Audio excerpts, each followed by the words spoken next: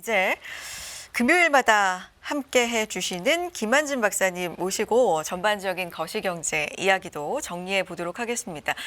사실 이제부터 또 중요하게 봐야 된다. 하루 미국 시장, 이 주식 시장은 쉬어갔지만 내일부터 또 중요하게 나오는 지표들이 있습니다. 무엇보다 이번 한 주 동안 주목하고 있었던 미국의 고용보고서 발표가 예정이 되어 있는 상황이고요. 다음 주 같은 경우는 우리 한국은행 2025년 첫 번째 금통위가 열립니다. 전반적으로 거시적인 경제 상황들 어떻게 살펴봐야 되는지 이야기 들어볼 필요가 있을 것 같은데요. 모셔보도록 하겠습니다. 이코노미스트 김한진 박사 나와 계십니다. 박사님 안녕하십니까? 네, 안녕하세요. 안녕하세요. 잘 지내셨습니까? 네. 네. 말씀드린 것처럼 계속 살펴볼 지표가 많이 나오네요. 네. 이번 주에도 각종 지표들도 많이 나왔고 의사록도 공개가 됐고요. 연준위원 발언들도 체크해야 될 게 굉장히 많습니다. 우선 고용부터 좀 여쭤보고 싶어요. 이번 주가 이제 고용 주간이라고 할 만큼 네. 고용 지표가 다양하게 좀 많이 발표가 됐고 이제 고용 보고서 발표도 예정돼 있습니다. 근데 졸츠, ADP, 신규 실업수당 좀 혼재되게 나와서요. 이게 고용 흐름이 어떻다는 건지 좀 추세적으로 방향 잡기가 힘들거든요. 어떻게 보셨습니까? 네, 오늘 밤에 우리 시간으로 12월 고용 지표가 나와야 조금 더 그렇죠. 분명하게. 명확하겠습니다만은 최근까지 특히 연말 연초에 나타나는 이제 들어오는 고용 지표의 특징은 그냥 작년 하반기 기조. 그러니까 조금씩 고용이 균형 상태로 가고 있는 노동력의 수요와 공급이 맞춰지고 있는 이제 그런 상황이다라고 이제 보시면 될 것 같고요. 네. 지금 미국 고용은 사실은 역사적으로는 너무 좋습니다. 가령 실업자 한 명당 빈 일자리 개수가 사실은 가장 많았을 때가 그러니까 노동시장에 일자리가 가장 풍부했을 때가 한 2.0개였어요. 거의. 예, 그런데 이제 이게 쭉 내려와 가지고 지금 1.13개입니다. 그러니까 실업자 한 명이 빈 일자리가 이제 한 개 정도. 그러니까 한 명당 내가 일을 구하고 싶다 했을 때 두 개가 있으니까 사실 어떻게 보면 골라갈 수 있는 상황인데 그런 상황에서 이게 지금 1.1개 정도. 네. 그런데 미국만 보면 이게 굉장히 고용이 타이트해졌구나, 고용 시장이 안 좋아졌구나 이렇게 생각하실지 모르겠는데 지금 유럽 같은 경우에는 사실은 유로존 전체가 0.6 정도밖에 안 됩니다. 네. 우리나라가 지금 0.3이에요. 우린 더 안 좋군요. 그러니까 실질적으로 일자리를 잃었는데 혹은 지금 실업자 상태에 있는데 원하면 미국은 지금 일을 할 수 있는 상태인 반면에 유로존 같은 경우에는 미국보다는 2배 이상, 2배 정도 타이트하다. 그러니까 타이트한 게 아니죠. 일자리를 구하기 어렵다라고 이제 일자리가 부족하다. 일자리가 부족하다라고. 그러니까 미국은 사실은 조금 안 좋아졌지만 고용이 그걸 안 좋아졌다고 표현하기는 그렇고요. 좀 정상화됐다. 너무 좋은 상태에서 그냥 역사적 평균 상황에 지금 와 있다.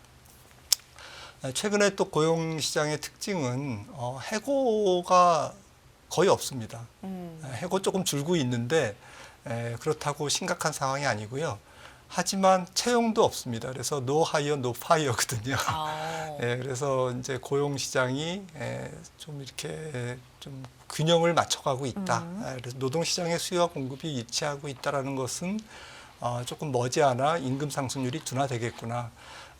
또 다른 지표가 이제 여러 가지 지표가 있겠습니다만은 자발적 실업자 수가 좀 중요하거든요. 왜냐하면은 스스로 일을 그만둔다라는 것은 다른 좋은 대안이 있다는 얘기잖아요. 그렇죠. 그러니까 연봉을 조금 더 올려서 지금 직장을 바꾸는 그러한 자발적 퇴직자 수가 지금 줄고 있습니다. 그럼 월급을 올려서 더 돈을 많이 주는데 내가 골라갈 수 있다. 이제 이런 상황이면 월급을 올려간다는 건 인플레하고도 굉장히 직접적이잖아요. 그러니까 그런 정도는 지금 아니다. 그러니까 그런 건 줄고 있다. 그러니까 이제 제가 이제 고용을 일자리 어디서 일을 하고 있는데 다른 데서 조금 더 이렇게 월급을 많이 줘서 일자리를 옮기기에는 녹록지 않다. 그러니까 지금 있는 직장에서 열심히 일해야 되는 네. 이제 그런 상태. 그러니까 얼마 전만 해도 작년 이맘때쯤만 해도 자발적 퇴직자율이 굉장히 높았습니다. 지금 근데 자발적 퇴직자율이 3% 정도에서 지금 1.9%까지 떨어졌거든요. 그만큼 예전에 비해서 골라갈 만한 아주 여유 있는 네, 상황은 그런 상황은 아니다. 아니다라는 거죠. 네. 그러니까 고용 시장이 조금 정상화되고 있고 임금 상승률, 지금 인플레이션의 가장 큰 압력이 되고 있는 임금 상승률도 머지않아 조금 더 떨어질 가능성이 높아 보이는 이제 그런 상황에 처해 있습니다. 네. 그런데 직장을 잃은 후에 새 직장을 찾지 못하는 그런 실업자도 늘고 있다는 분석도 또 나왔거든요. 뭐 예를 들면 연속 실업수당 청구자 수가 최근에 이제 늘어난 그렇습니다. 적이 있다든지 예. 아니면 지난해 11월 기준으로 6개월 이상 새 일자리를 구하지 못하는 실업자가 160만 명에 달했다. 이런 통계도 나와서 굉장히 아직까지는 견조한 노동시장의 이면에는 또 좀 다른 면이 있는 게 아닌가라는 생각도 들어요. 그렇습니다. 네. 원래 이제 고용 시장이 이제 조금 그 일자리가 풍부한 상태에서 조금 타이트한 상황으로 움직일 때는 모든 업종이 똑같이 움직이진 않지 않습니까? 일자리를 많이 구하는 기업들이 많이 분포되어 있는 업종이 있는 반면에 해고를 열심히 하는 그런 네. 업종도 있고 그래서 이게 온도 차이가 좀 있고요. 지금 그런 상황이라고 보시면 되는데 가장 중요한 게 이제 졸트 보고서 얼마 전에 나왔습니다만 11월 그 구인 이직 보고서죠. 그게 굉장히 중요한데 물론 이제 한 2달 전 수치라서 조금 업데이트는 필요하겠지만 앞으로 네. 아무튼 지금 그 기업들의 새로운 구인 건수 이걸 이제 구인율이라고 합니다. 그래서 생산 가능 인구 대비 기업의 이제 기업들이 얼만큼 사람들을 뽑을 의향이 있는지, 그렇죠. 이게 이제 그 비교한 게 이제 구인율인데 네. 구인율이 계속 떨어지고 있다라는 얘기는 머지않아 네. 실업률이 올라갈 수 있겠구나라는 것을 예고하고 있습니다. 그러니까 아직은 아니지만 네, 그럴 수 구인율이라는 있다. 것은 사실은 버퍼지 않습니까? 네. 그러니까 아직까지는 기업들이 사람들을 좀 뽑고 싶어하는 기업들이 있어요. 미국 경제 전체적으로 봤을 때는. 근데 이 시기가 조금 지나면 이제 이게 고용 버퍼가 줄지 않겠습니까? 네. 줄어들면 그 다음부터는 실업률이 급증합니다. 네. 실업률이 지금 4.1%에서 4.15, 4.2 이렇게 조금씩 움직이는 게 아니라 갑자기 4.3, 4.5 이렇게 튈 수 있다라는 거죠. 네. 이걸 이제 베버리지 곡선이라고 하는데 이 부분이 이제 그 티핑 포인트가 언제냐. 그러니까 주식시장 입장에서 고용시장에 대한 공포, 미국 경제에 대한 공포, 더 나아가서 고용시장이 안 좋아짐으로 인해서 소비가 급감할 수 있다라는 우려감. 이게 이제 주식시장의 굉장히 중요한 잠재된 악재거든요. 이 부분이 언제 드러날 거냐, 언제 발톱을 드러낼 네. 거냐. 이제 이런 부분이 중요한데 지금 조금 임박해 있다라고 생각을 하고 있고요. 제 개인적인 생각으로는 아마도 한 2분기 정도면 실업률이 조금 적지 않게 위로 튈 거다라고 생각을 하고 있습니다. 왜냐하면 이제 버퍼가 지금 계속 줄어들고 있기 때문에 그런 거죠. 그 구인, 네, 버퍼라고 네, 네. 말씀하신 구인 쪽이 좀 줄기 때문에. 네. 그럼 정리해 보면 고용 쪽은 이제 오늘 밤에 고용 보고서 발표도 앞두고 있는 상황인데 고용 쪽은 좀 뜨거웠던 데서 이제 균형이 맞춰서 정상화라고 표현해 주셨는데 그렇게 좀 정상적인 수준으로 둔화되고 있지만 요게 잠재된 악재로서 작용할 부분은 아직은 아니지만 한 2분기 정도 때는 일단 염두에 두고는 있어야 된다. 네, 이제 균형에서 이제 안 좋은 쪽으로 네. 이제 전환되는 그 변곡점에 와 있다라고 보시면 될 것 같습니다. 알겠습니다. 고용 얘기해봤고요. 이제 물가에 대해서 좀 여쭤보고 싶습니다. 트럼프 2기 가장 걱정되는 게 뭐냐라고 이제 만약에 질문을 한다면 많은 것들에 대해서 말을 하지만 물가가 상당히 좀 대표적이잖아요. 최근의 물가 상황 그리고 통화 정책 방향 여기에 대해서는 어떻게 보시는지 박사님 너무 광범위한 질문이니까요. 물가와 이제 통화 정책이 네. 물론 이제 연결돼 네. 있죠. 그래서 뭐 간밤에 보니까 미셸 보우만 이사 네. 지난 12월 금리 인하가 마지막이었던 것 같다. 마지막이었을 가능성이 높다. 그러니까 올해 안 할 수 있다. 네, 이런 얘기를 한 거예요. 매파적 발언을 네. 했고 네. 뭐 수잔 콜린스인가요? 네. 예, 뭐한 두어 분이 더 나와서 굉장히 매파적 발언을 했습니다. 이제 그럴 수밖에 없는 게 그 근원 물가가 좀 잘 안 잡히고 있거든요. 예, 지금 CPI 쪽 그러니까 근원 CPI 같은 경우에는 지금 3.3% 네. 전월비 한 0.3%를 계속 작년 하반기부터 이렇게 좀 고정돼 있는 그런 느낌이고요. 그 정도로 이제 고점 대비로는 많이 떨어졌지만 추가로 하락하는 것은 조금 이제 멈춘 그런 분위기에서 미국 물가가 앞으로 어떻게 될 것이냐 이제 트럼프의 이제 그 정책 네. 3종 세트죠. 관세, 법인세 인하, 그다음에 불법 이민자 추출. 그렇죠. 이 세 가지가 어쨌든 뭐 코스트 푸시든 수요를 뭐 자극하든 법인세 인하 같은 경우는 이제 수요를 좀 자극할 수 있는 그런 정책이고요. 그러니까 그래서 가격을 높일 수 있고 네, 수요를 좀 더 늘릴 수 있는. 있어서 네, 그게 또 네, 가격으로 전가될 수 네. 있고 뭐 이런 말씀이죠. 근데 네. 지금 최근에 볼 때는 너무 트럼프 정책이 인플레이션을 자극할 수 있다라는 것에 대해서 우려감이 너무 앞서가고 있는 것이 아닌가라는 생각을 좀 할 필요는 있습니다. 네.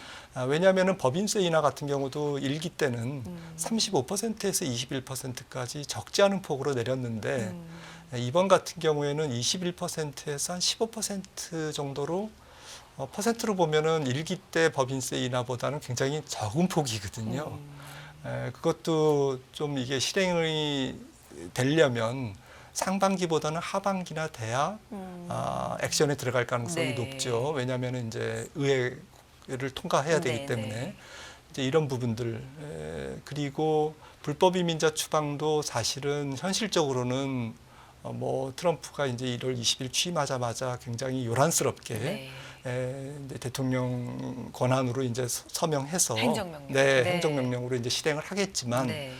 실질적으로 얼마나 많은 불법 이민자를 색출해서 뭐 색출하는다는 표현이 좀 그렇습니다만은 쫓아내느냐라는 부분은 현실적으로 쉽지 않다라는 거죠. 물론 이제 뉴스거리가 굉장히 뉴스에 많이 나오고 요란스럽겠지만은 실질적으로 뭐 가령 뭐 접객 서비스에서 지금 한 25%로 추정되는 불법 이민자, 건설 현장에서 한 30% 정도의 불법 이민자 이런 분들을 한 날 한시에 다 쫓아낼 수는 없는 거지 않습니까? 그래서 물리적으로 굉장히 시간이 많이 걸리는 일이기 때문에 실질적으로 인플레이션의 압박도 그렇게 크지 않을 것이다라고 보고 있고요. 문제가 되고 있는 이제 관세 같은 경우도 트럼프 정부를 이끄는 주요 관료들이 관세 정책을 펼칠 때 중간재라든지 뭐 자본재 그리고 산업 안보에 미치는 영향이 큰 혹시 또 국방에 미치는 영향이 큰 이런 산업들을 중심으로 하는 일단 실행을 할 가능성이 높지 미국인들의 장바구니 물가를 자극하는 그런 품목을 미리 때릴 가능성은 높지 않지 않습니까? 이제 이런 부분에서 CPI에 대한 물가에 대한 전가도 지금 네. 트럼프의 관세 정책 이퀄 물가 급등 이렇게 생각하는 것은 조금 적절치 않다라는 것이죠. 현실적으로 단시간에 이게 시행이 되고 네. 영향을 바로 줄 가능성이 이제 낮은데 거기에 비하면 걱정이 좀 과하거나 아니면 과하게 반영이 되어 있는 이미 거니까. 반영이 어느 정도는 이미. 되어 있다라고 네. 생각을 하는데요. 근데 저는 그럼에도 불구하고 네. 물가는 꾸준하게 올라갈 것 같습니다. 트럼프 정부 2기 정부 네. 때. 그거는 이제 트럼프의 이러한 그 약간 고압 경제 정책 혹은 인플레이션 친화 정책도 영향을 주지만 이미 지금 미국의 재정 수지가 계속 악화되어 있는 상황. 그러니까 재정 적자 GDP 비율이 가령 트럼프 일기 때 2017년 같은 경우에는 마이너스 3.4%였는데 지금은 2025년 회계연도 예상이 7.1%거든요. 2배 정도의 재정 적자 비율이 2배 이상의 GDP 대비 재정 적자 비율이 커진 상태고 그리고 그 국채 발행도 굉장히 크기 때문에 물가가 가령 2017년에 한 단위 오르면 금리가 뭐 한 0.7단위 이 정도 올랐다면 지금은 물가가 한 단위 오르면 금리는 한 두 단위, 한 2배로 올라가는. 왜냐하면 국채 발행이 더 증가했기 때문에 이제 이런 구조적인 차이가 있다라는 거죠. 8년 전하고는. 이제 이런 부분에서 물가의 금리에 대한 전이도 자극 촉진 영향이 굉장히 높아져 있다라는 부분에서 물가는 꾸준하게 올라가고 아무튼 트럼프 정책이 물가를 잡는 정책이 아니니까요. 급하게 올라가지 않는다라는 것이지 꾸준하게 앞으로 2025년, 6년 올라가는 그런 분위기다라는 것은 부정하기 어렵고 그런 상황에서 이미 돈도 많이 풀려 있고 네. 재정 지출도 많이 풀려 있고 그리고 국채 발행도 굉장히 크게 증가한 상태에서 금리가 실질 명목 우리가 보는 명목 금리가 많이 올라갈 가능성 그로 인해서 트럼프의 정책이 일부는 여러 가지 어려움에 봉착할 수 있다라는 그런 예상을 충분히 해볼 수 있는 것이죠. FOMC 의사록에서도 이제 무역과 이민이라는 단어가 나왔는데 각각 무역 8차례, 이민 4차례 등장 이렇게 지금 알려져 있습니다. 그런데 트럼프 당선인에 대한 명시적 언급은 담기지 않았는데 어쨌든 무역 정책이나 이민에 대해서도 활발하게 위원들도 논의를 했다. 이걸 시사를 했는데 연준이 우려하는 위험 이런 것도 인플레이션 말씀하신 것처럼 급격하진 않지만 서서히 될 수 있다라는 걸 벌써부터 생각을 하고 있는 걸까요? 연준 위원들의 생각은 뭘까요? 말씀 주셨듯이 의사록을 보니까 네. 모든 의원들이 네. 영어로 all 경제 정책의 앞으로의 불확실성이 증가하고 있다라는 것에 거의 의견 대다수가 일치를 아니라 거의 뭐 그리고 all, almost 네. all은 그러니까 거의 대부분은 그렇죠. 인플레이션이 상방 위험이 증가하고 있다라고 네. 얘기했고요. 그 다음에 several 그러니까 뭐 서너 명인가요? 제가 영어가 좀 짧아서 디스인플레이션 위험이 디스인플레이션이 중단되는 위험이 있다. 그러니까 지금 물가가 잡히고 있는 것이 조금 이제 잘 안 잡힐 수 있어. 이렇게 다수가 얘기했던 부분이 이제 의사록을 통해서 우리가 확인할 수 네. 있었습니다.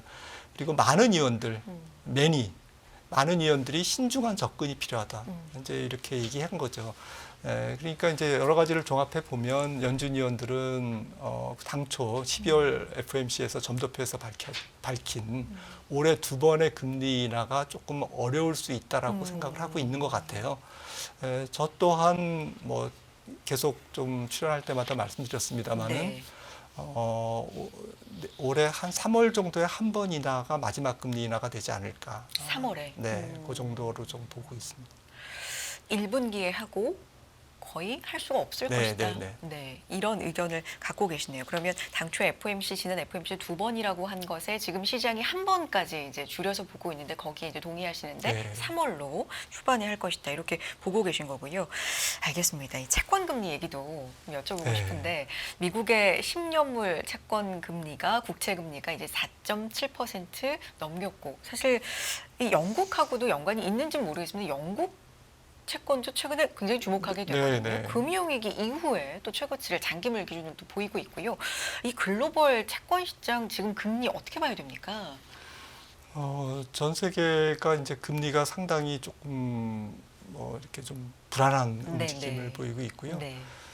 특징적인 것은 지난 9월에 연준이 이제 지금까지 100bp, 네. 1%포인트의 금리를 인하했습니다마는 10년 국채 금리, 우리가 보는 가장 대표적인 벤치마크 시장 금리는 똑같이 100bp가 올랐습니다. 3.7%였는데 지난 9월이 지금 4.7%니까 100bp 오르는 이제 그러한 이렇게 방향성이 엇갈리는 네. 그런 상황인데요.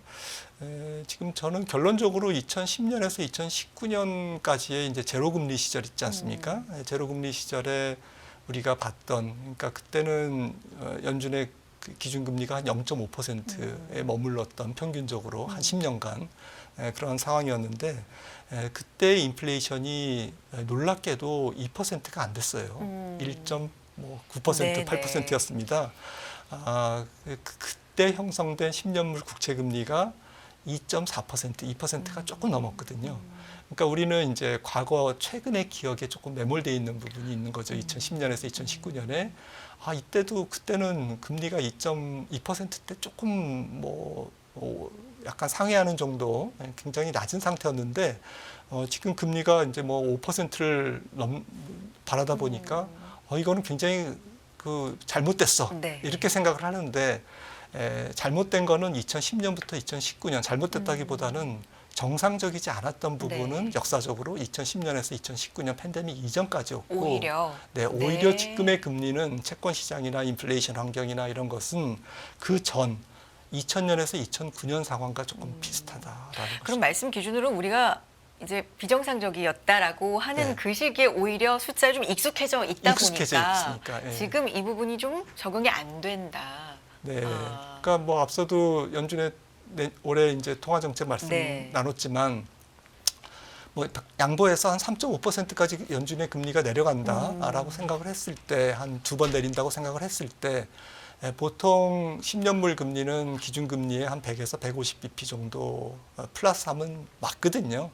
그러니까 올해 두 번 내려도 3.5%에 100에서 한 150bp를 더하면 5%지 않습니까? 그러니까 거의 한 4.5%에서 5%가 정상 금리다라고 생각을 하시는 게 맞지 않을까 생각합니다. 네. 알겠습니다. 미국 그럼 영국의 상황은 좀 다른 거예요?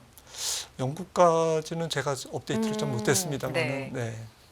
이 부분은 저희가 또 왜냐하면 영국의 국채 금리도 좀 오르고 있어서 근데 이게 잘 정보가 없더라고요. 미국에 비해서는. 네. 네, 이런 부분들도 궁금해서 여쭤봤는데 알겠습니다.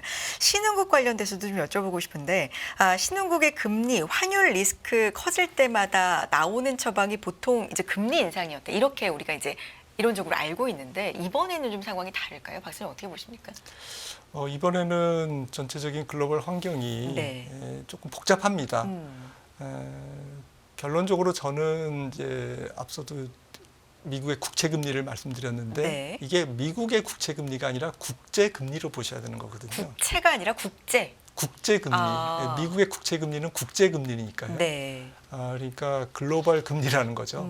월드와이드 금리니까 이 국제 금리가 상승하는 상태에서 트럼프 정책이 펼치는 여러 가지 이제 달러를 조금 강세로 몰고 갈 수 있는 그런 아직도 그러한 소지가 있는 그러한 정책이지 않습니까? 그래서 이제 국제 금리의 상승과 달러 강세가 이제 두 개가 결합하면 어떤 일이 생기냐면은 달러 부채, 외화 부채 중에서 달러 부채가 많은 국가들의 거시 건전성이 굉장히 나빠질 수 있습니다. 그러니까 대외 부채를 못 갚는 국가들이 있는 거고요. 네. 그게 심각한 국가들은 좀 그 국가 부도가 날 수도 있는 거고 좀 심각하지 않더라도 우리나라 같은 이제 대부분의 좀 그래도 건전한 신흥국이나 선진국들조차도 상당히 거시 경제의 조금 건전성이 위협당할 수 있다라는 거죠. 그리고 국제 금리가 상승하고 달러가 강세 압력을 받는 그런 상태에서는 그 로컬 금리나 그러니까 우리나라가 한국은행이 금리를 계속 인하해도 이게 먹혀 들어가지 않을 가능성이 높습니다. 그래서 경기 부양책이 네. 상당히 훼손되거나 네. 무력화될 수 있는 그런 환경이다. 2025년이 이렇게 보는 게 맞는 것 같고요. 그거는 이제 사실 앞으로 이제 미국 국채 금리가 얼마나 더 올라갈 건지 그리고 달러 강세가 트럼프의 관세 정책에 따라서 얼마나 급한 속도로 올라갈 건지 천천히 올라가면 괜찮습니다. 적응할 시간이 있으면. 그런데 이것이 이제 금리나 환율이 조금 급하게 움직일 경우에는 적응을 못하는 거죠, 대응을. 그러면서 아무리 각국이 금리를 개별적으로 내려도 그게 이제 경기 부양의 효과보다는 수입 물가 상승이라든지 이런 부분을 통해서 오히려 부작용이 나는 네. 그리고 금리를 내릴수록 로컬 환율이 원달러가 더 올라가는 이제 그런 부작용이 나올 수 있다라는 것이죠. 박사님 마지막으로 이제 한국은행 얘기를 여쭤보고 싶은데 다음 주에 올해 첫 금통이 열립니다. 지난번에 총재가 굉장히 힘든 결정이었다라고 언급한 바가 있는데 이번 결정은 정말 뭐 취임한 이후에 가장 어려운 결정이 될 것이다라고 시장은 뭐 그렇게 좀 얘기를 하고 있더라고요.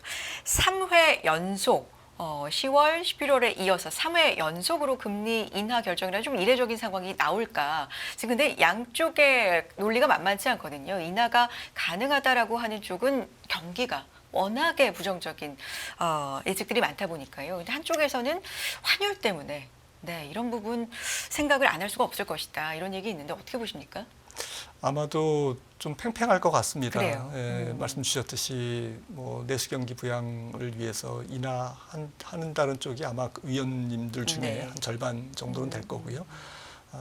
나머지 분들은 뭐 1월보다는 조금 3월 네. 인하 혹은 2월, 2월에도 금통위가 있으니까 2월 25일이네요. 이번은 건너뛰고. 네, 네. 그래서 왜냐하면 이제 1월에 FOMC가 이제 금리를 뭐 건너뛸 거 가능성이 높고, 네, 동결할. 네, 네. 그리고 트럼프가 1월 20일 취임하기 때문에 트럼프 정책이 이제 좀 관세에 대한 윤곽이 네. 드러나면서 그걸 확인하고 2월에 신중하게 인하해야 된다라는 것이 조금 더 설득력이 있지 않을까, 네, 그런 쪽이.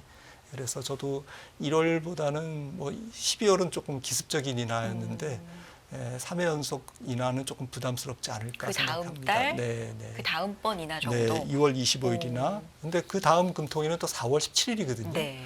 그래서 만약에 인하한다면 아마 2월 말 금통위에서 인하할 것 같습니다. 이번은 동결, 2월에 인하할 가능성을 박사님은 좀 더 보고 계시는군요. 역시 좀 더 미국의 상황, 금리 상황도 지켜보고 그리고 뭐 트럼프 취임 이 상황도 좀 지켜보고 나서 할 가능성 이렇게 짚어주셨습니다.